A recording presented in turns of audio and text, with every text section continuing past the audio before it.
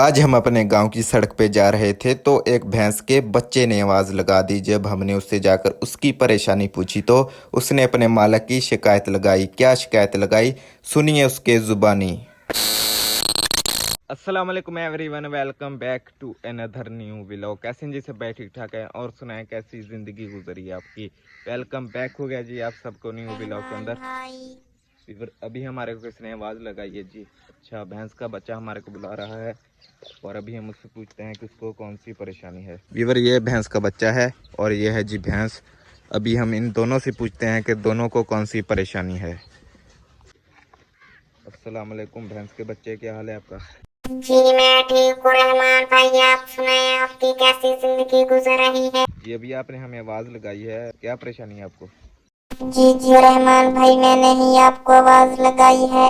मैंने अपने मालिक की शिकायत लगानी है। मैंने आपको ये बताना है कि मेरा मालिक जो है मुझे अपनी माँ का दूध भी नहीं पीने देता। अच्छा, आपका कहना है कि आपका मालिक आपका ख्याल नहीं रखता और आपकी जो माँ का दूध है वो भी आपको नहीं पीने देता। जी जी रहमान भाई, मुझे मेरा मालिक अपनी माँ का दूध भी नहीं पीने देता और मुझे अपनी माँ के साथ मच्छरदानी में भी नहीं जाने देता। सारी रात मुझे मच्छर बाहर ही काटता है। प्लीज आप मेरे मालिक को समझाइए।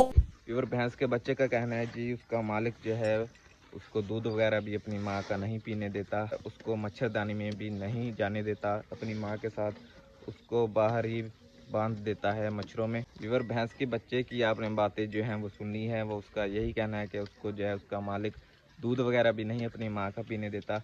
और अभी जो है हम उसकी माँ से पूछते हैं। अस्सलाम वालेकुम, क्या हाल है आपका?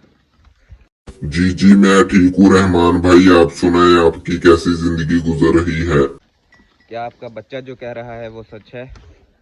जी जी रहमान भाई, मेरा जो बच्चा कह रहा है वो बिल्कुल सच है।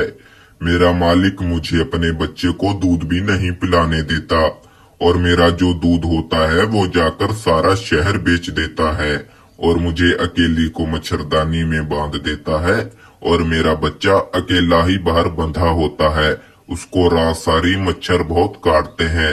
प्लीज आप मेरे मालिक को समझा दीजिए। अगर मेरा बच्चा खुश ना रहेगा तो मैं कैसे खुश रहूंगी। अब अगर उसने मेरे बच्चे का साथ कोई भी जुल्म किया तो मैं उसको नहीं छोड़ूंगी। मैं भी आपको बता रही हूँ, मैं उसका वो हशर करूंगी कि उसको सारी दुनिया देखेगी। अच्छा, आपका कहना है कि आपका मालिक जो है आपके बच्चे को आपका दूध भी नहीं पीने देता, जो दूध होता है वो बेच देता है जाकर, और आपके बच्चे को आपका दूध वगैरह भी नहीं पीने देता। सही सही सही।